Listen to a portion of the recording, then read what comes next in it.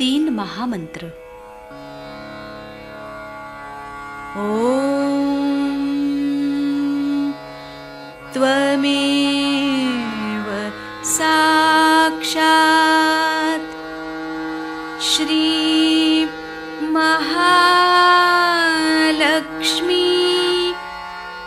महासरस्वती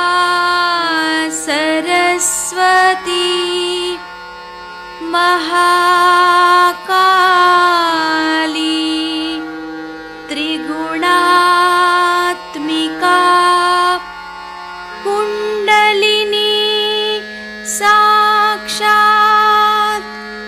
श्री आदिशक्ति माताजी श्री निर्मला देव्यै नमो नमः।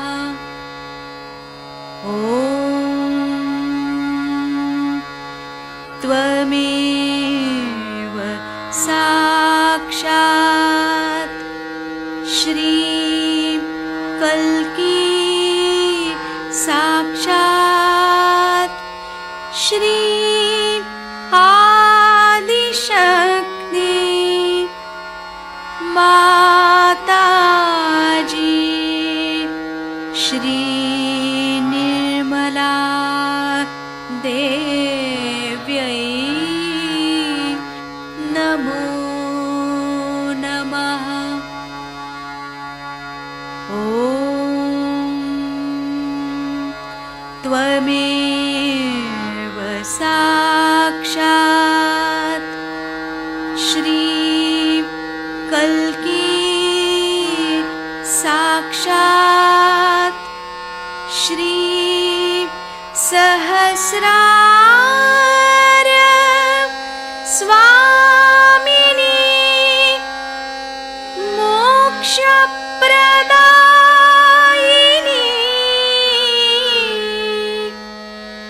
माताजी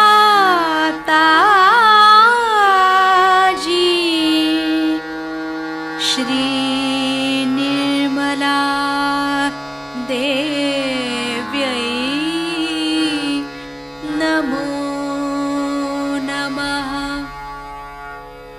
श्री गणेश मंत्र।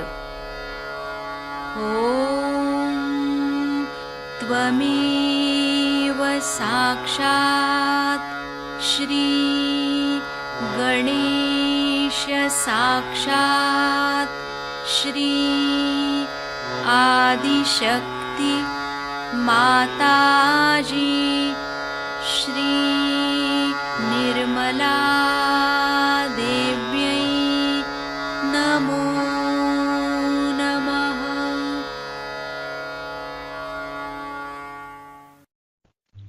जय श्री माता जी। दोनों हाथ माँ के सामने, अपने हृदय में माँ की छवि को नमन करेंगे। परम पूजनीय श्री माता जी, हम सभी के हृदय में आइए, हम सभी के ध्यान में आइए।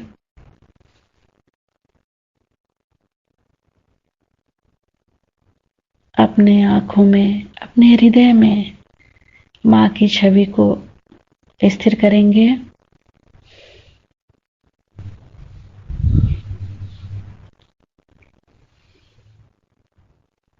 दोनों हाथों पे श्री माता जी हमें सुबह के ध्यान में अवस्था दीजिए।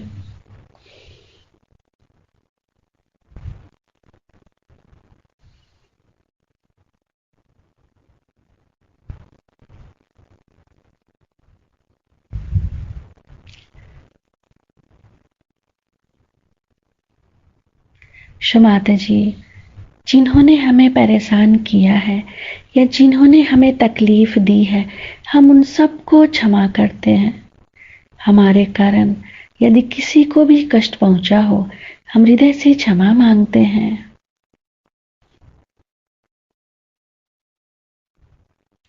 अपने हाथों पे माँ के प्रेम को अनुभव करेंगे।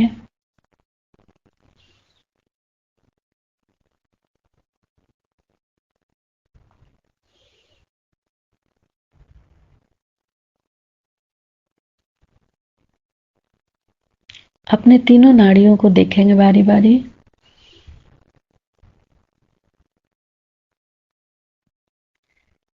अपने चित्त को एड़ा नाड़ी पे नीचे से ऊपर। क्षमाता जी, आप ही तो श्री महाकाली हैं, आपको कोटि कोटि नमन। केवल एड़ा नाड़ी को नीचे से ऊपर देखते रहेंगे।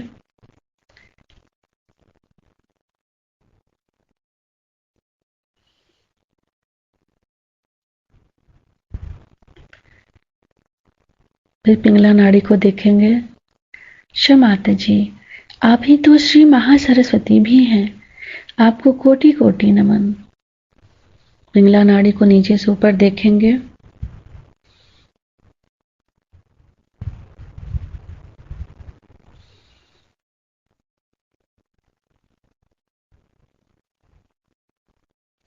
फिर से सुषुम्ना नाड़ी। क्षमाता जी, आप ही तो श्री महालक्ष्मी भी हैं, आपको कोटि कोटि नमन। क्षमाता जी, हमें पूर्ण संतुलन दीजिए।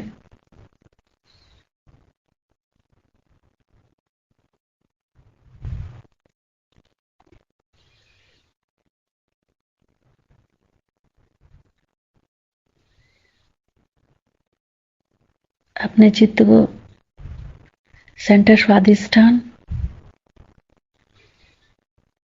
क्षमाता जी,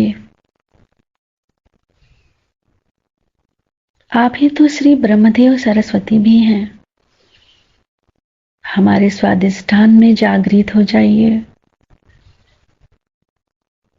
सेंटर स्वादिष्ठान पे चित्त रखते हुए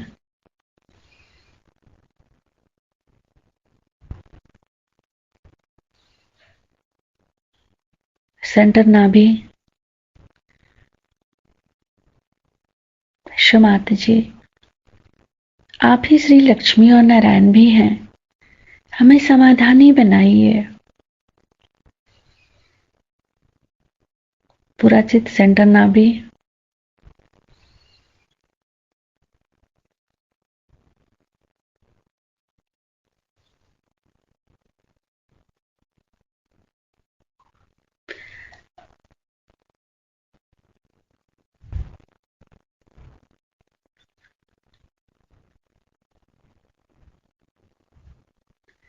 अपने राइट नाभि पे माँ के श्री चरण कमलों को फील करेंगे, देखेंगे वहां। क्षमाता जी, अपने श्री चरणों की शीतलता हमारे लीवर पे प्रदान कीजिए। थोड़ी देर के लिए अपने राइट नाभि पे माँ के श्री चरण कमलों को देखते रहेंगे।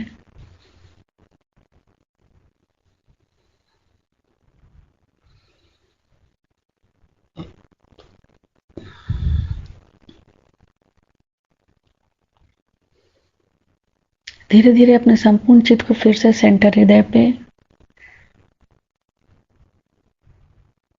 क्षमाता जी, आप ही तो श्री जगदम्बा हैं, हमारे हृदय में जागृत हो जाइए। क्षमाता जी, हमें सभी प्रकार के भयों से मुक्त कीजिए।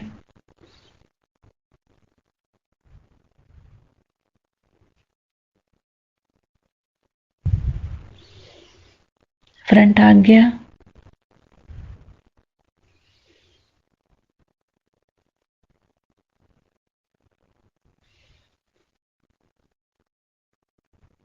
बैक आज्ञा।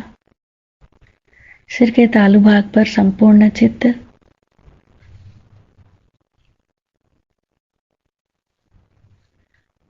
क्षमाता जी, हमें थोड़ी देर के लिए निर्विचारिता देकर हमें हमारा आध्यात्मिक उत्थान दीजिए।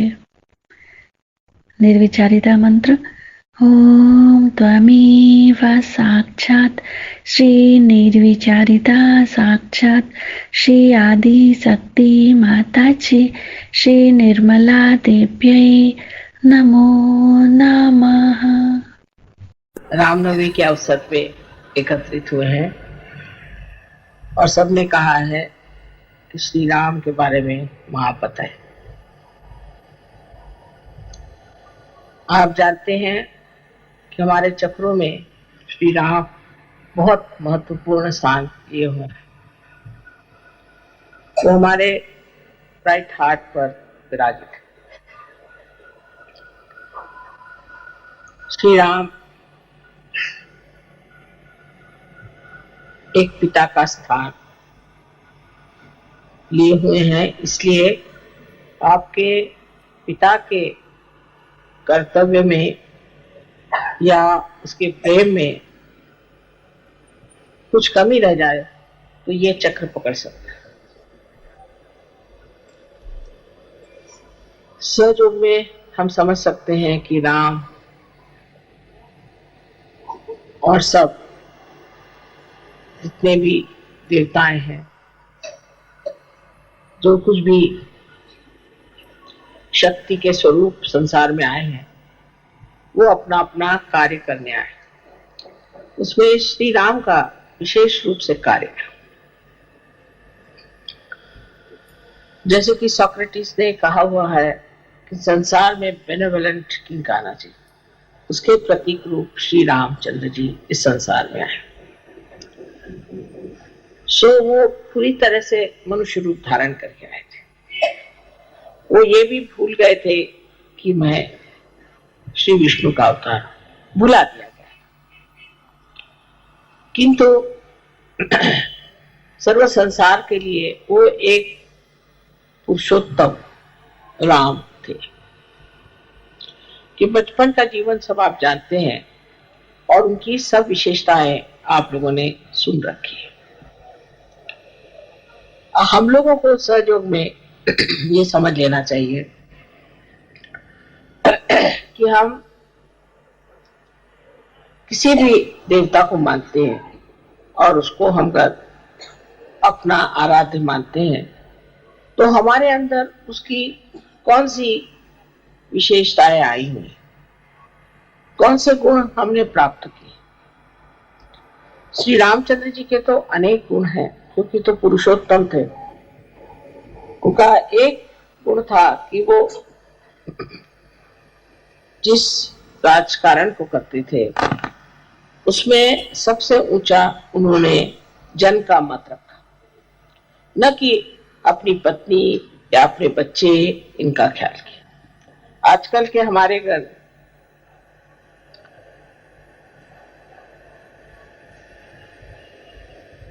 राजकीय लोग, पॉलिटिशियंस इस चीज को समझ लें तो उनसे स्वार्थ ही निकल जाए। वो निस्वार्थ हो जाए, धर्मपरायण हो जाए। कि तो श्री राम की जो प्रतिमा है वही आज तक किसी ने भी अपनाने का प्रयत्न नहीं किया। उल्टे उनके भजन जरूर गाएंगे, उनके नाम से बहुत बड़े बड़े ऑर्गेनाइजेशन बने हैं, राम मंदिर बनाएंगे, लेकिन ये सब बना लेने से क्या श्री राम आपके अंदर प्रवेश कर सकते हैं? क्या आपके जीवन में उनका प्रकाश आ सकता है या नहीं? ये सिर्फ सहयोगी ही कर सकते हैं कि अपने अंदर बसे हुए श्री राम को अपने चित्त के प्रकाश में लाए। वो अत्यंत निरपेक्ष थे। ऐसे तो सभी देवता लोग किसी भी पाप पुण्य से रहित होते हैं। कोई सा भी पाप जिसे हम पाप कहते हैं वो अगर करें तो वो पाप नहीं होता। जैसे श्री कृष्ण ने इतने लोगों को मारा, श्री राम ने रावण का वध किया, ये हमारे दुनियाई दृष्टि से हो सकता है कि पाप हो, किंतु परमात्मा की दृष्टि से नहीं हो सकता, क्योंकि इन्होंने दुष्टों का नाश किया, इन्होंने बुराई को हटाया और इनको अधिकार है कि ये इस कार्य को करने के लिए जो कुछ भी कर सकते हैं वो करें। जैसे देवी ने राक्षसों को संहार किया, राक्षसों का संहार किया, तो कोई कहेगा कि देवी ने पाप किया, किंतु उनका कार्य ही यह है कि वो राक्षसों का संहार करे और जो साधु हैं उन लोगों को संभाले। श्री रामचंद्र जी के जीवन में एक अहिल्योद्धार बहुत बड़ी चीज है। उन्होंने अहिल्या का उद्धार किया क्योंकि उसके पति ने उसे शापित कर दिया था। उस जमाने में भी कोई स्त्री अगर किसी भी तरह से वाम मार्ग में चली जाती थी तो उसका पति अगर साधु हो और उसकी स्थिति अगर ऊंची हो तो उसे शापित कर देता था। किंतु अहिल्या पे झूठा ही उन्होंने आरोप लगाया था, इल्जाम लगाया था और इस तरह से उसको भी उन्होंने पत्थर बना दिया। तो श्री राम ने उस अहिल्या का भी उद्धार कर दिया। विशेषकर उनकी जो पत्नी के प्रति प्रेम की, एक पत्नी व्रत के प्रति जो एक उनका व्रत था वो बहुत समझ रहा है। हालांकि वो जानते थे कि सीता जी महालक्ष्मी स्वरूपा है, वो स्वयं देवी है, किंतु मनुष्य के रूप उन्होंने अपने पत्नी के सिवाय किसी और स्त्री के तरफ आंख उठा करके भी नहीं देखी। जब हम राम की बात करते हैं तो हमारे अंदर जो पतित्व है वो भी हमारा स्वच्छ होना चाहिए।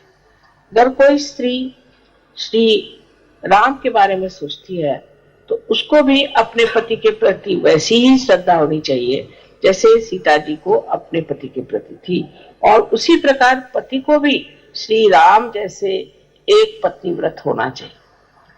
सहयोग में ये बात कठिन नहीं, स्त्री का मान रखना चाहिए, अपने पत्नी को मान से रखना चाहिए।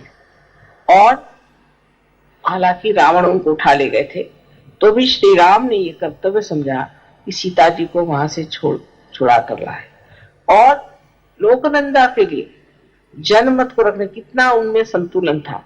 उसी सीता को जिसके लिए इतने वर्ष मेहनत करके उसको छुड़ा कर लाए थे उन्होंने त्याग दिया। अर्थात सीता जी स्वयं साक्षात देवी थी तो उनका त्यागने का तो कोई विशेष परिणाम नहीं होने वाला था और उन्होंने उन्हें त्याग दिया।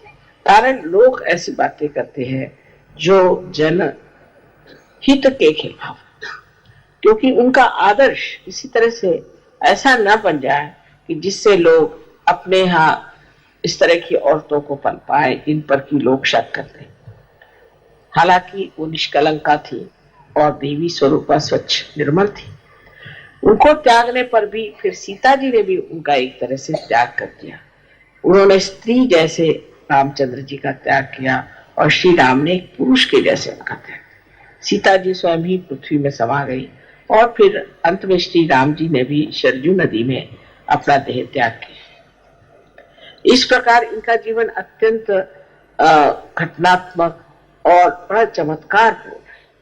सारे जीवन में देखिए तो सीता और राम का आपस का व्यवहार और उनका एक दूसरे के प्रति श्रद्धामय रहना।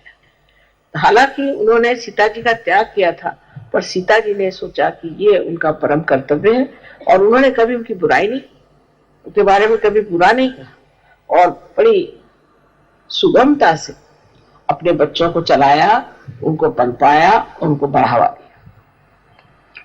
इस श्री राम के जो दो बच्चे हुए जिनको हम लव और कुश कहते हैं, वो भी एक भक्त स्वरूप कहना चाहिए कि जो संसार में आए उनको हम शिष्य की तरह से देख सकते हैं। ये शिष्य के द्योतक है और हमारे भी शिष्यत्व की एक शक्ति है जिससे हम किसी के शिष्य हो सकते। शिष्य स्वरूप इन लोगों ने बहुत छोटी उम्र में धनुर्विद्या सीखी थी और इस छोटेपन में ही उन्होंने रामायण आदि और संगीत पर बहुत ही कुछ प्रावीण्य पाया था। इसका मतलब यह है कि शिष्य को पूरी तरह से अपने गुरु को समर्पित होना चाहिए। यह शिष्य का जो स्वरूप है यह हमारे अंदर भी सबके स्थित है। और माँ जो की शक्ति थी उसके प्रति वो पूरी तरह से समर्पित है। उस वक्त श्री राम से भी लड़ने के लिए वो तैयार हो गए, क्योंकि अपने माँ के लिए। तो माँ को उन्होंने दुनिया में सबसे ऊंची चीज समझी, और उस माँ ने भी अपने बच्चों को पालना, उनका संवर्धन करना, उनको धर्म में खड़ा करना और उनकी पूरी प्रगति करना एकमेव कर्तव्य किया। एक तो अपने आजकल की औरतें रात दिन रोते ही रहेंगे, मेरे पति ने छोड़ दिया, पति ने छोड़ दिया, और जब पति मिलेगा तो उससे लड़ती रहेंगे हर समय, और जब पति ने छोड़ दिया तो रोती रहेंगी। छोड़ दिया तो कोई बात नहीं, मेरे बच्चे हैं, इनको मुझे संभालना है, और इनके प्रति कोई भी ऐसी बात नहीं होनी चाहिए कि जिससे मेरे बच्चों का कुछ कम रह जाए। ये एक सीता जी की एक विशेष जीवनी है कि उनकी वीरता और उनका साहस, ये हर स्त्री को अपने अंदर बसाना चाहिए कि पति से अगर बिछो भी हो गया और किसी तरह से उससे दूर भी हट गए, तो भी पति के कारण अपना नुकसान नहीं कर लेना चाहिए, अपने बच्चों का नुकसान नहीं कर लेना चाहिए, क्योंकि उनके लिए अपना जो कर्तव्य है वही परम चीज है। उस परम चीज पे अटूट रहना चाहिए।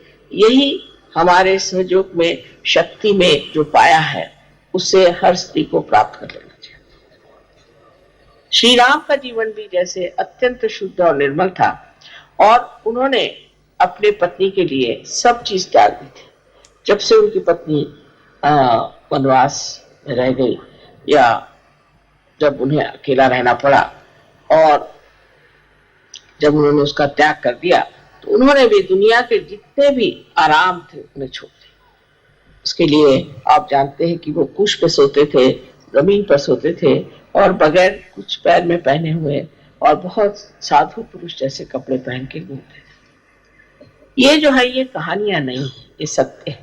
अपने दुनिया में, इस भारतवर्ष में ऐसे अनेक लोग हैं जिनका जीवन एक बहुत ऊंचे किस्म का रहा, और उन्होंने कभी ऐसी छोटी ऊंची बातें सोची नहीं। पर ये सारे आदर्श हमारे देश में आने के बाद ये हो गया कि जब हम इन आदर्शों को देखते हैं तो हमारे अंदर ढोंग आ गया कि हम सोचते हैं कि हाँ, राम तो हम राम को मानते हैं, हमने राम का भजन कर दिया, हो गया। तो एक तरह का ढोंगीपना बहुत आ गया हमारे।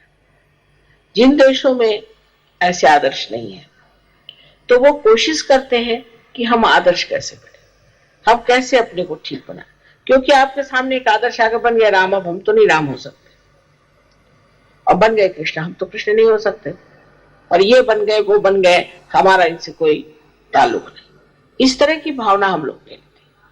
लेकिन हमारे अंदर अगर श्री राम है तो उनका प्रकाश हमारे चित्त में तो आ ही सकता है। क्यों नहीं आ सकता? हम क्यों नहीं इसे प्राप्त करें? हम उस स्थिति को जानने क्यों नहीं कोशिश करें जिस स्थिति में श्री राम इस संसार में आए थे। एक सहयोगी को ये विचार कर लेना चाहिए कि श्री राम की स्थिति अगर हम प्राप्त कर लें तो अपने यहाँ का राजकारण ही खत्म हो जाए, अपने यहाँ की जितनी परेशानियां हैं ये सब खत्म हो जाए जिस दिन सहयोगी ये अपने मन में ठान ले कि हम रामचंद्र जी जैसे अपने देश में जहां वो राज्य करते थे उसका बिल्कुल निरीक्ष भाव से, विदेह रूप से वो लालन पालन करते थे, और सब तरह की अच्छाइयां लोग में आए, उनमें धर्म आ जाए, पहली चीज उनके अंदर शिक्षा हो जाए, उनकी उन्नति हो जाए, उनके अंदर महान आदर्शों की स्थापना हो, ऐसा उन्होंने पूरी समय प्रयत्न किया और उसलिए अपना जीवन बहुत आदर्शमय बना। कल समझ लीजिए कि जो आदमी आपको कुछ कह रहा है और वो स्वयं ही वैसा नहीं, तो आपको उसके प्रति कभी श्रद्धा हो ही नहीं सकती और आप उसके गुण ले नहीं सकते। किंतु बहुत से लोग हमेशा कहते हैं कि हम इनको मानते हैं, हम उनको मानते हैं, लेकिन मैं देखती हूँ उसके बिल्कुल उल्टे होते हैं। जो राम को मानते हैं वो सबसे बड़े चोर पॉलिटिशियंस होते हैं, या उनकी 10-10 बीवियां होती, तो राम को आप कैसे मानते हैं? इसी प्रकार जीवन में एक सहयोगी का कर्तव्य क्या होता है कि हमें भी इन देवताओं के प्रकाश को हमारे चित्त में लाना चाहिए, हर चीज की और उसी तरह से देखना चाहिए। श्री राम क्या करते? इस वक्त अगर ऐसा प्रश्न आता तो श्री राम क्या करते? ऐसा अगर प्रश्न आता तो सीता जी क्या कहते, सीता जी क्या कहते, सीता जी का क्या बर्ताव होता? इस तरह से अगर कोई सोचे स्त्री, तो वो घर की गृहलक्ष्मी हो ही जाएगी। आप तो जानते हैं स्वयोग में कि सीता जी ने अनेक जन्म उसके बाद लिए, और उसमें से गृहलक्ष्मी का स्थान उन्होंने जो है तो फातिमा भी के तरह से किया। वो घर में घूंघट में पर्दे में रहती थी, पर वो सारा धर्म का कार्य उस शक्ति ने किया। उसके जरूरी नहीं कि आप बाहर जाकर के बहुत बड़े लेक्चर दें या बहुत बड़े कोई लीडर हो जाए, कोई जरूरी नहीं।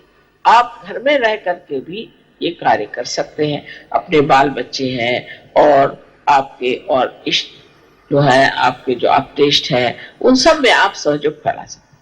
लेकिन पहले आप पे ये चीज आनी चाहिए। उसके बाद जब ये सब कार्य होने के बाद फिर आप समाज में भी आ सकती हैं, और उसके बाद और भी आप कहीं जाना चाहे तो जा सकते हैं। पर पहले औरतों को सीता जी जैसे शुद्ध आचरण की होना चाहिए। शुद्ध आचरण में पहली चीज है ममता और प्यार। वो जब जंगलों में रहती थी अपने पति के साथ, कभी उसने ये नहीं कहा कि मेरा पति ये पैसा नहीं कमाता, वो पैसा नहीं कमाता, जैसे हमारे यहाँ औरतों की आदत होती है, ये चीज नहीं खरीदता, वो नहीं खरीदता। वो जंगल में है तो मैं भी जंगल में, वो जो खाते हैं वो मैं खाती, वो खाने से पहले मैं खा ले, ऐसा तो नहीं ना करती। वो खा ले, उनको खाना खिला दे, अपने देवर को खाना खिला दे, उसके बाद मैं खा लूं। इस पर औरतें ये सोचती हैं कि हमारे ऊपर बहुत ज्यादा हमारे ऊपर इससे प्रेशर आ जाता है, दबाव आ जाता है। ये बात नहीं, ये पृथ्वी तत्व जैसे स्त्री होती है, इसमें इतनी शक्ति है कि ये बहुत दबाव को खींच सकती है। और सारे दुनिया को देखिए कितने फल फूल आदि पत्तियां सब दे रहे।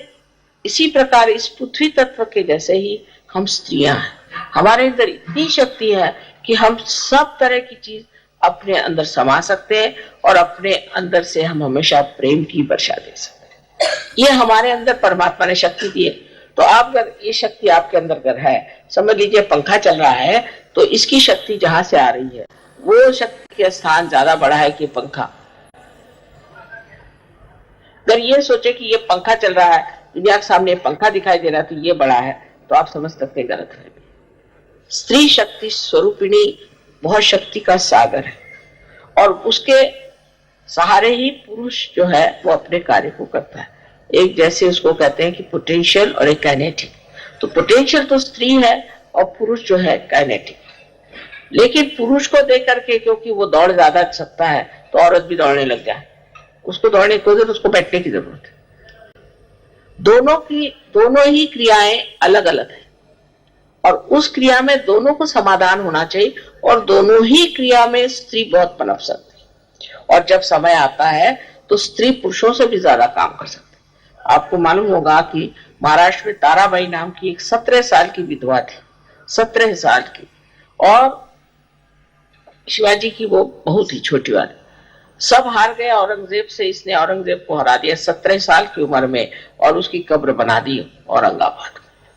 तो आप समझ सकते हैं कि जब औरत अपने शक्ति को पूरे तरह समा लेती है, जब उसमें समान्विते कहते हैं ना, उस तरह से अपने अंदर सब समाये रखती है, तो वो बड़ी प्रचंड होती है। और अगर वो ऐसी इधर उधर अपनी शक्ति को फेंकती रहे, फ्लिटर अवे, कहीं इधर शक्ति फेंक दी गई, उस लड़ने में गई, कहीं झगड़े में गई, किसी की बुराई में गई, कहीं ओछेपन में गई, तो उसकी शक्ति सारी नष्ट हो जाती। तो स्त्री जो है वो इतनी शक्तिशाली नहीं है कि वो चाहे तो पुरुषों से कहीं अधिक कार्य कर सकती है। पर सबसे पहली चीज है वो अपनी शक्ति का मान रखे। उसको इधर उधर फेंकने से, उस शक्ति को नष्ट कर देने से फिर वो शक्तिहीन हो जाती है, और ऐसी शक्तिहीन स्त्री किसी काम की नहीं है। तो स्त्री का कार्य अत्यंत महत्वपूर्ण है, गौरवपूर्ण है, और बहुत लज्जाशील और बहुत सूझबूझ वाली होनी चाहिए। जैसे आदमी लोग गाली बकते हैं, बकने दें, औरतें नहीं बक सकती। आदमी लोग हैं आपस में, देखा उनका कि बहुत झगड़ा होगा तो मारपीट कर लेंगे, कर देंगे, औरतें नहीं कर सकती। इनका कार्य शांति देने का है, इनका कार्य है संरक्षण का, इनका काम है लोगों को बचाने का। अब जैसे कि एक ढाल है। ढाल तलवार का काम नहीं कर सकती और तलवार ढाल का काम नहीं कर सकती, पर ढाल बड़ी की तलवार? ढाल ही बड़ी है। जो तलवार के वार सहन कर ले वो बड़ी की तलवार बड़ी। एक आध बार तलवार भी टूट जाएगी पर ढाल नहीं टूटती। इसलिए औरतों को भी अपने शक्ति में समा लेना चाहिए और इस शक्ति की सबसे बड़ी जो धुरा है वो है नम्रता।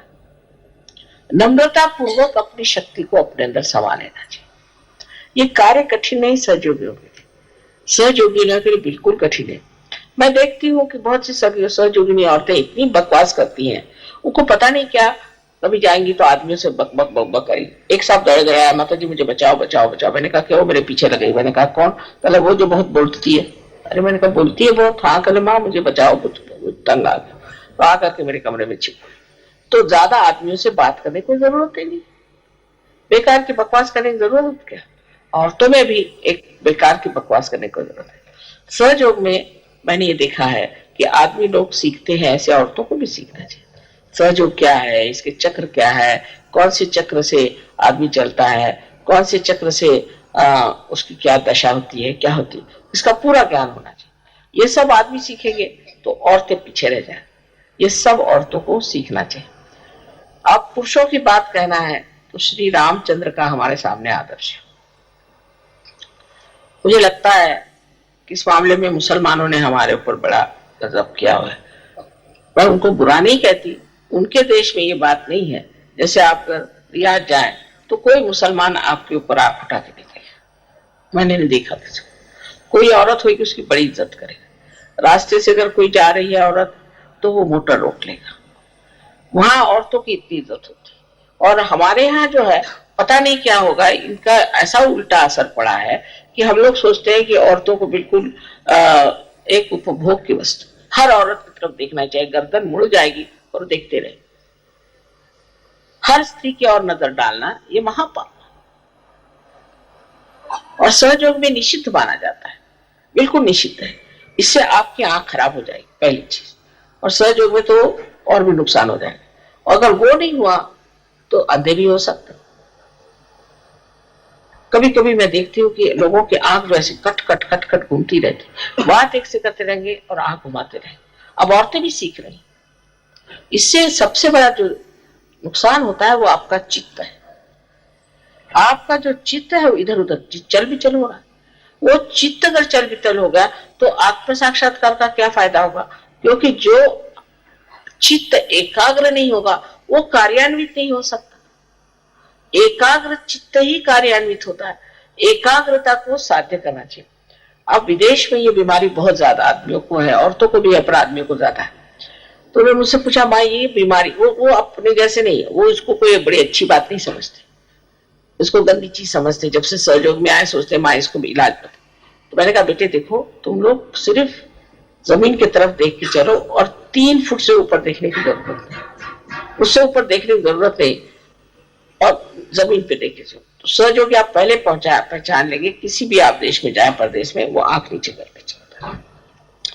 3 फुट तक सब अच्छी चीजें दिखाई देती। फूल भी 3 फुट तक होते हैं, बच्चे भी 3 फुट तक होते हैं, उससे ऊपर देखने लायक है क्या? इस तरह से अपने चित्त को कंट्रोल करना चाहिए। अब श्री राम को तो जरूरत नहीं थी, लेकिन आपके पास का श्री राम का मान है तो आपको उनके जैसे अपने चित्त को कंट्रोल करना चाहिए। और अपने पत्नी से भी यही समझाना चाहिए कि तुम शक्ति हो और हम तुम्हारी इज्जत करते हैं, पर तुम उसके योग्य भी होना चाहिए। जैसे यत्र नार्या पूज्यन्ते तत्र रमन्ते देवता। जहां स्त्री पूजी जाती है वहीं देवता रहते, पर वो पूजनीय भी होना चाहिए। क्या है? बैठ जाइए। अच्छा बैठिए, पूजा में इधर उधर नहीं घूमते। अगर स्त्री पूजनीय है, पूजनते माने पूजनीय तो होना चाहिए। किसी गंदी औरत की कोई पूजा करेगा क्या? किसी दुष्ट औरत की कोई पूजा करेगा? कोई राक्षसी स्वभाव की औरत उसकी कोई पूजा करेगा? तो जो और पूजनीय है वहीं पर उसकी पूजा होनी चाहिए और वहीं देवता रहते हैं। और सबसे पहले बात ये भी जान लेनी चाहिए कि ये हमारे बच्चों की माँ है। अगर पति अपने औरत पे बच्चों के सामने डांटना फटकाना शुरू कर दे, उसकी कोई इज्जत ना रखे, तो कभी भी बच्चे उसका मान नहीं करें। तो इस तरह से जैसे समझ लीजिए कि एक प्राइम मिनिस्टर है, डिप्टी प्राइम मिनिस्टर है, स्त्री को भी पति का कभी भी अपमान नहीं करना चाहिए। तो प्राइम मिनिस्टर से डिप्टी मिनिस्टर पे, प्राइम मिनिस्टर पे वो सत्ता आती है, फिर वो सत्ता बच्चों में भी आ सकती है। पर अगर आप दोनों भी इस तरह के हो कि जिनको ये अंदाज ही नहीं, औरत चाहती कि मेरा चले, आदमी चाहते मेरा चले, आदमियों को चलाना अगर औरत को आ जाए तो कभी झगड़ा ना हो। लेकिन ये समझना चाहिए कि आदमी को चलाना बहुत ही आसान चीज है, क्योंकि बिल्कुल बच्चों जैसे होते हैं, उनको चलाना बहुत ही आसान। उनका स्वभाव बच्चों जैसा होता है, भोले भाले होते हैं। उनको बेकार की बातों से परेशान करने से आप चला नहीं सकते, लेकिन उनको भी एक बच्चों जैसे माफ कर दिया जाए। अब बाहर जाते हैं, सबसे लड़ाई झगड़ा करते हैं, आफत उनकी रहती है। घर में आके बीवी पे नहीं बिगड़ेंगे तो बाहर वालों पे बिगड़ेंगे, तो मार खाएंगे। चलो बीवी बिगड़ गए, चलो छोड़ो, क्या है। इस तरह की जब तक स्त्री की भावना पति के तरफ नहीं होगी, तब तक आपस में सामंजस्य नहीं आ सकता, प्यार नहीं आ सकता। लेकिन पति को भी चाहिए कि अपने पत्नी को क्या चाहिए क्या नहीं चाहिए इसका विचार। लेकिन ये नहीं कि आप पत्नी है, वो कुछ गलत बात बताए, कोई गलत सलाह दे, उस पर जरूर पति को कहना चाहिए कि ये गलत है, ये नहीं मैं करने वाला, ये झूठी बात है, ये मैं नहीं करना। लेकिन छोटी छोटी बातों पर झगड़ा करने की कोई जरूरत नहीं। और छोटी छोटी बातों को झगड़ा करना सहयोगियों को बिल्कुल नहीं शोभा देता। और मुझे बड़ा आश्चर्य होता है कि सहयोगी भी आपस में लड़ते रहते हैं और मुझे आकर बताते हैं कि मेरी बीबी ऐसे, तो बता दो मेरा हस्बैंड ऐसे। भाई कल दो आदमी दुनिया में सहयोगी प्रेम से नहीं रह सकते। ये सारे संसार को मैं कह रही हूँ कि हमको सबको प्रेम से रहना है, तो हम सब कैसे प्रेम से रहेंगे बताओ। ऐसी झगड़ा अगर होता रहा तो किस तरह से हो सकता है। तो पहली चीज है कि पति को पूरी तरह से एक, जिसे कहते हैं कि पत्नी के प्रति जागरूक रहना चाहिए और ये जान लेना चाहिए कि सारे संसार की औरतें जो हैं आपके लिए माँ बहन के बराबर। ये अगर सहयोग में आकर नहीं हुआ तो आपका कहीं भी नहीं हो सकता। अभी एक साहब थे, वो भी स्विस, अपने हिंदुस्तानी नहीं, तो एक लड़की के बाप थे, वो कोई सहयोगी नहीं थे, तो वो जरा ऐसे ही थे, इधर उधर उनका बहुत चलता था। तो वो सहयोग में भी आए, वो भी सहयोग में, दोनों बीबी उनकी बहुत अच्छी, शालीन, बहुत अच्छी लड़की। वो जहां भी जाए यही धंधे करते रहे। तो उनके बाप जो कि सहयोगी नहीं थे, उन्होंने कहा कि देखो बेटी तुम इसको छोड़ ही दो, क्योंकि जो सहयोग में भी आकर वो धंधा नहीं छोड़ता है वो कभी भी नहीं ठीक होता, तुम छोड़ दो इसको। वो कहा थोड़ा सा ठीक हो गया, कहले थोड़ा सा नहीं, अगर वो पूरा ठीक नहीं हो सकता तो ये सहयोगी है ही नहीं, इसको तुम छोड़ो, इससे तुम रिश्ता ही तोड़। जबकि एक आदमी सहयोगी नहीं है, वो भी इस बात को सोचता है कि सहयोग में आने पर भी अगर इसकी आंखें स्थिर नहीं होती, इसका अगर चित्त स्थिर नहीं होता, तो ये गलत बात है।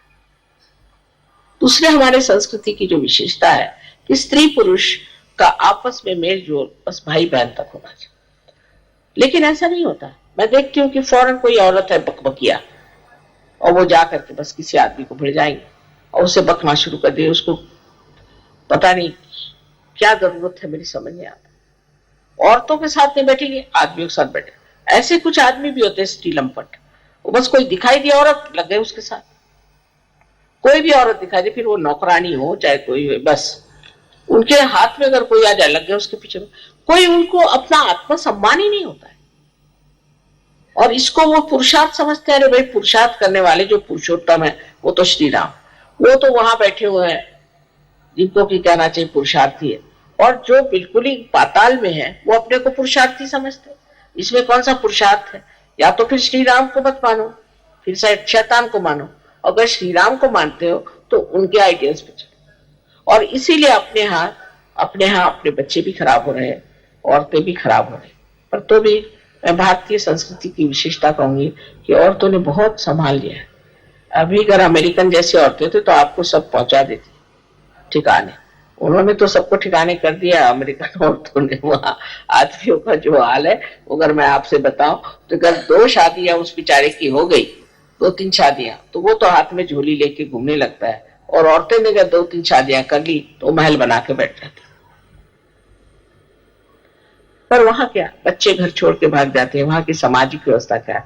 तो अपने हिंदुस्तान की औरतों की विशेषता है, जो कि भारतीय ढंग से रही है, कि वो अपने घर को संभालती है, अपने बच्चों को संभालती है, अपने कर्तव्य को जानती है। पर ये चीज बदल रही है, ये नहीं की ये चीज।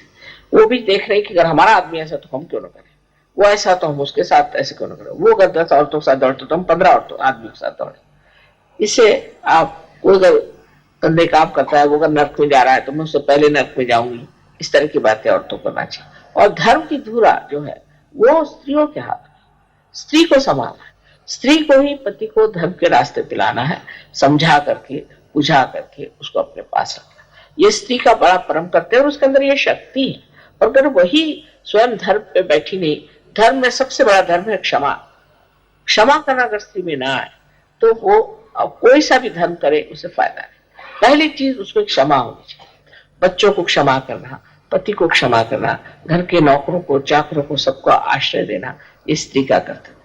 तो कुछ ऐसा आ जाता है, आप देखो कि जो हम भी कार्य कर रहे हैं, ये राम भी नहीं कर सकते थे, कृष्ण भी नहीं कर सकते थे, ईसा मसीह भी नहीं कर सकते। अगर राम होते तो बस वो शिरच्छेद कर देते सबका, सबको मारी डालते, कहते चलो जाओ तुम बेकार, तुम अधर्मी हो, तुम औरतों के पीछे में भागते हो, तो स्त्री लंपट हो, चलो। न जाने कितने लोगों को पहले ही खत्म कर देते। दूसरे अगर कृष्ण आते तो वो सुदर्शन चक्र चलाते, वो भी गड़बड़ हो जाती। ईसा आते तो अपने को क्रूसिफिक्शन पे चढ़ा लेते। अब ये तो बहुत अच्छा है, एक बार आप क्रूसिफिक्शन पे चले जाओ, काम खत्म है, रोज का क्रूसिफिक्शन तो नहीं होता। ये तो माँ ही कर सकती, ये माँ ही कर सकती है। उसके अंदर प्यार की शक्ति इतनी जबरदस्त है कि कोई भी चीज हो वो उस प्यार की शक्ति के सहारे पार हो, वो सब चीज उठा लेती। और उसके तरीके ऐसे प्यारे होते हैं कि फिर बच्चे उसको बुरा नहीं मानते। कोई बात हो गई, अब समझ लो गड़बड़ हो गई कुछ, तो माँ है वो जानती किस तरह से टाल दे, और फिर डांट भी सकती है, क्योंकि बच्चे जानते हैं कि माँ हमें प्यार करती है, हमारे हित के लिए कहती, बच्चे उसका बुरा नहीं मानते। अगर बाप डांट दे तो बच्चे हो सकता है उनसे मुंह मोड़ ले, लेकिन माँ से, क्योंकि माँ का प्यार जो है वो ऐसा है कि निर्वाज, वो कुछ नहीं चाहती अपने, वो ये चाहती मेरे बच्चे ठीक हो जाए, मेरी सारी शक्तियों को प्राप्त करें, अपने अंदर जो भी कुछ मेरा अच्छा है सब प्राप्त करें। ऐसे अगर माँ समझे तो बच्चे ठीक हो जाए। पर बहुत सी माँ बहुत फॉरवर्ड, आगाऊ होती, सब चीज में घुसने जाएंगी, सब चीज में बोलने जाएंगी। उसका पति तो बेचारा चुपचाप बैठे रहेगा, यही देवी जी सामने में खड़ी। ऐसे जब होता है तब बच्चे खराब हो जाते, तब संसार में और तरह के बच्चे पैदा होते हैं जो बड़े उत्पाती भी हो सकते हैं और जो बहुत हानिकारक है। स्त्री को पोटेंशियल पीछे रहना चाहिए और पति को आगे रखना चाहिए। ठीक है, जो कुछ भी है पति करे, स्त्री पीछे से उसकी मदद करती रहे, उसी के शक्ति का स्रोत ही स्त्री है, ये समझ लेना चाहिए। तो एक स्त्री को कितना शुद्ध होना चाहिए, कितनी मेहनत करनी चाहिए। आप सब कहेंगे कि माँ सब स्त्रियों पे छोड़ते, क्योंकि मैं जानती हूँ आप शक्तिशाली, मैं जानती हूँ हमारे अंदर बड़ी शक्ति है, क्योंकि मैं माँ हूं। अब देखिए मेरे ऊपर सबने छोड़ दिया कि हजारों लोगों को पार करो, इतनों को बीमारियां ठीक करो, सुबह से शाम बीमारियां ठीक कर, फिर लोगों को पार करो। ऐसे किसी ने काम किए थे? एक अहिल्या का उद्धार कर दिया, हो गया। उसके बाद किसका उद्धार किया? ईसा मसीह ने सिर्फ कुल मिला के 21 लोगों को ठीक किया। अभी तो मैंने 21,000 लोगों को ठीक किया होता। और दुनिया भर में घूमो फिरो, सबका ये करो वो करो, सब चल रहा है, पर कुछ नहीं लगता मुझे, क्योंकि वो शक्ति है ना प्यार की, तो प्यार की शक्ति मेरे से आगे दौड़ती। अभी बाहर निकलने से पहले मैं सोचती हूँ कि एक बार बंधन ले लूं, न जाने कैसे लोग मेरे पैर पकड़े, लेकिन भूल जाती। और जैसे ही कोई सामने ऐसा आ जाता, सब उसकी परेशानियां अपने अंदर खींच लेती। वो प्यार ऐसा है कि वो अपने आप ही कार्यान्वित करे। तो उसको मैं जानती हूँ कि ये प्यार है, इसी के सहारे सारा कार्य हो रहा है, तो मैं नहीं बुरा मानती, जो भी हो रहा है ठीक है। थोड़ी तकलीफ होगी ना, कोई हर्ज नहीं, ये सब माँ ही कर सकते। और इसलिए मेरा विशेष आप लोगों की तरफ रुख है कि आप समाधान और स्थिरता के साथ कार्य करें। और पुरुषों को भी चाहिए कि अब अपने औरतों की पूरी सहायता करें और उनको समझे, उनका आदर करें। और जब तक दोनों भी पहिए एक रथ के एक जैसे नहीं होते हैं तो रथ घूमता ही रहता है, रथ आगे नहीं जाएगा। दोनों एक ही जैसे होने चाहिए, पर एक लेफ्ट को है, एक राइट को है। लेफ्ट वाला अगर राइट में लगाओ तो लगेगा नहीं, और राइट वाला लेफ्ट पे नहीं लगेगा। इसलिए ये दो तरह के चक्के हैं, और ये दोनों तरह के चक्के चल रहे हैं इसलिए क्योंकि ये एक जैसे भी हैं और एक जैसे है भी नहीं। एक दूसरों के बिल्कुल जैसे हैं, माने ये ऊंचाई में, लंबाई में, बढ़ाई में, लेकिन इनका कार्य जो है वो अलग अलग है। इसी प्रकार हमारे भी जीवन में होता है। तो श्री रामचंद्र जी ने सिर्फ पति पत्नी का ही विचार नहीं किया,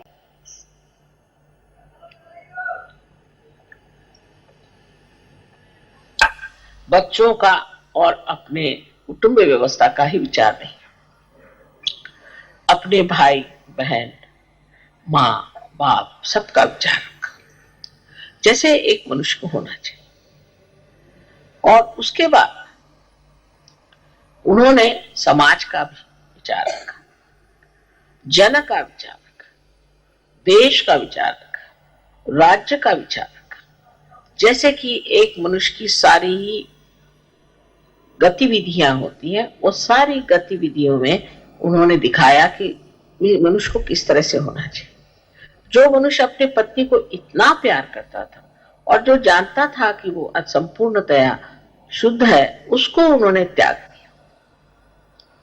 आजकल तो पत्नी के नाम ये बनाओ, पत्नी को वो चाहिए, पत्नी को ये करना है और ये बनाना है, और कर कहा जाए कि गरीब को थोड़ा सा 2 पैसा देने देंगे, नहीं तो अपने बच्चों को दो, नहीं तो नेव्यूज को दो, तो ये करो। मतलब आज के लोगों की बीमारी है। और इन्होंने अपनी वो पत्नी की जो स्वयं साक्षात देवी स्वरूप अत्यंत शुद्ध थी, उसका तक त्याग कर दिया। तब फिर हमें सोचना चाहिए कि हमारे जो ममत्व है और रिश्तेदारी है कि ये मेरा घर, ये। और कुछ लोग तो अब जैसे विदेश में पहले पत्नी पति का ठीक नहीं होता, अब जो ठीक हो गया तो सहयोग में है कि वो पत्नी सब कुछ हो गई। हमारे यहाँ कम से कम 4 या 5 लीडर्स पत्नी के वजह से निकल गए, क्योंकि पत्नी ठीक नहीं हुई, पति ठीक थे। पत्नी ने पढ़ा पढ़ा कर विचारों का सत्यानाश कर दिया। कम से कम 5 लोग पत्नियों की वजह से भाग निकले। सो यहां भी मैं कहूंगी कि पत्नी को समझना चाहिए कि सहयोग क्या है और उसमें अपना क्या स्थान है। और पति को भी ऐसे मामले में पत्नी से जरा सा भी नहीं सहमत होना चाहिए। उसे कहना चाहिए कि तुम बहुत ज्यादा बोलती हो, बहुत ज्यादा दौड़ती हो, तुम चुप बैठो, तुम किसी काम की नहीं, तुम्हारे चक्र ठीक करो। जब पति इस तरह के उसके साथ व्यवहार करेगा तभी ना तो वो ठीक होगी। पर यह कि उसके चक्र खराब तो मेरे भी चक्र खराब हो जाए।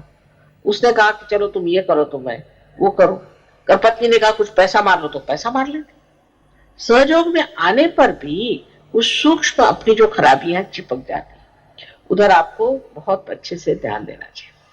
तो आज श्री राम के इसमें हमें हनुमान जी का तो जरूरी विचार करना चाहिए कि हनुमान जी किस तरह से एक श्री राम के दास थे और किस तरह से उनकी सेवा चाकरी में लगे रहते हैं, और हर समय उनके ही सेवा में रहने से ही वो जानते थे कि उनका पूरा सार्थक हो जाए।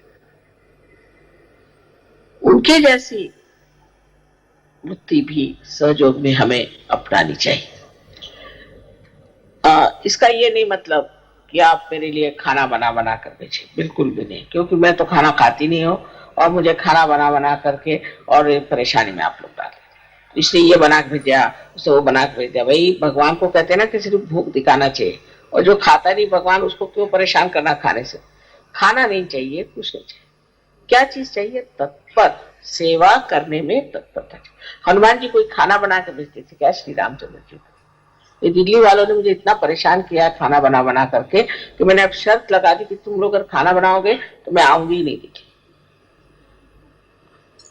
जो चीज करनी है वो करो। ये तो बेकार की चीज है जो आदमी खाना नहीं खाता उस पर जबरदस्ती आप खाना खिला रहे हैं, या जिस आदमी को कोई नहीं कहीं चूड़ी लेके आ गए तो कहीं कुछ लेके आ गए, कोई चीज की जरूरत नहीं, तुम्हारी माँ को मेरा भरा पड़ा हुआ है, मैं तंग आ गई सब चीज। इतना मैं कहती कि मुझे कोई चीज मत लाओ, बस फूल ही लाओ, और कुछ नहीं चाहिए, फूल बहुत हो गया। और फूल भी जब लगाएंगे तो 1000 रुपए की मत लगाओ भाई, प्रेशर वसारण है, आज तो इतना कोई ज्यादा नहीं किया। तो कभी कभी तो मैं घबराई जाती हूँ जितने फूल तुम लोग लगाते। सो जो कुछ करना है वो संतुलन में, जैसे माँ को पसंद है। माँ तुम्हारी सीधी सादी औरत है, उसको क्या अक्ल है इन सब चीजों की। तो खास करके अब ये कहना है कि आपको हनुमान जी से सीखना है कि वो सेवा में तत्पर। सेवा में तत्परता क्या हो? अब मेरी तो कोई ऐसी खास सेवा नहीं है, क्योंकि अट्टी कट्टी हूं मैं, मुझे कुछ जरूरत नहीं खास सेवा की। पर जो मेरी सेवा करनी तो सहयोग की सेवा करनी। सहयोग में जो सेवा करेंगे वही मेरी सेवा है। कितने लोगों को आपने रियलाइजेशन दिया, कितनी औरतों को आपने रियलाइजेशन दिया, कितनों को आपने पार कराया, कितनों में आपने इंटरेस्ट लिया। जैसे ही कोई आ जाता है प्रोग्राम में, तेरे अंदर ये भूत है, तेरे अंदर ये भूत है, बस उसके पीछे पड़ गए, वो भाग गए। मैंने एक साहब से पूछा, साहब आप बड़े से पार हो गए थे, आप सहयोग से क्यों भागे? कहले जाते साहब तो बताया तुम्हारे अंदर 3 भूत बैठे। अभी नंबर भी उन्होंने बता दिया। मैंने कहा आपने विश्वास क्यों कर लिया? पहले वो तो वहां के बड़े महारथी लग रहे थे, दौड़ दौड़ के बता रहे थे कि आपके अंदर 3 भूत है। अब वो कौन सा आप थे कौन नहीं, वो तो भाग खड़े हो गए। सो सहयोग के अंदर में हनुमान जी की जो बात है वो सीखना है कि हम तत्पर हैं, राम काज करने को तत्पर। काज कौन सा है हमारा? मेरा काज है सहयोग, मेरा कार्य है सहयोग। कुंडलिनी का जागरण करना, लोगों को पार करना, उनके अंदर शांति लाना, प्रेम लाना, प्रेम की बातें करना, उनसे अपने सहयोग के बारे में सारे चक्र आदि का वर्णन करना, उनको जो चाहिए सो समझाना। अब जब ये कह दिया तो लेक्चरबाजी बहुत होती है। हमारे यहाँ तो कुछ लेक्चर इतने लेक्चर देने लग गए थे कि मैंने कहा भैया अगर आपने इसको लेक्चर को बंद नहीं किया तो सहयोगी खत्म हो जाए। लोगों ने कहा माँ 2-2 घंटे लेक्चर देते हैं, फिर आपका हम भाषण भी नहीं सुन पाते, आरती भी नहीं कर पाते, ऐसी घर जाना पड़ता। फिर उनका लेक्चर बंद करवाए। वो कहने लगे कि मैं जाता हूँ तो पता नहीं क्या हो जाता, मेरा मन करता मैं लेक्चर ही दे दूं, इसको कैसे ठीक है? मैं कहा भाई देखो मुंह में एक सुपारी रख लो। तो पूछते कितनी बड़ी रखो? मैंने जितना बड़ा मुंह से बड़े रखो। तो मैंने कहा जब आपको ये भी नहीं पता कितनी बड़ी सुपारी रखो तो आप सहयोग पे बात क्या करते? इसकी भी तो आपके पास अकल नहीं। तो सहयोग में बात करना लोगों को बहुत अच्छा, मतलब लेक्चर देना। जैसे एक प्लेटफॉर्म मिल गया है, बस माइक मिल गया, चले माइक पे बोल रहे, माइक तो छूटता नहीं। एक बार माइक पकड़ लिया तो छूटता नहीं, ये भी एक नई बीमारी। अब उसमें समझ ये लेना है कि काहे को लेक्चर देना, माँ के इतने लेक्चर हैं भाई, यही सुनो। तो अब जब भी फंक्शन आप लोगों का यहाँ ये हो, उसमें आप मेरा एक चाहे तो वीडियो लगा दो, चाहे तो मेरा टेप सुना दो, उसके बाद उनको कागज पेंसिल दे दो कि भाई तुमको जो कुछ लिखना है लिखो, कोई प्रश्न हो बता दो, और उसके बाद में उनकी जागृति कर दो और उनसे कहना कि नेक्स्ट टाइम आपको जो कुछ प्रॉब्लम है लिखे लाइए। तो शुरू उनका जो प्रॉब्लम है, किसी बीमारी है, किसी को तकलीफ है, कुछ है। अब ऐसे भी लोग हैं कि जो एक आदमी है, अब वो कलकत्ते भी आएगा किसी को ठीक करने, वो जाएगा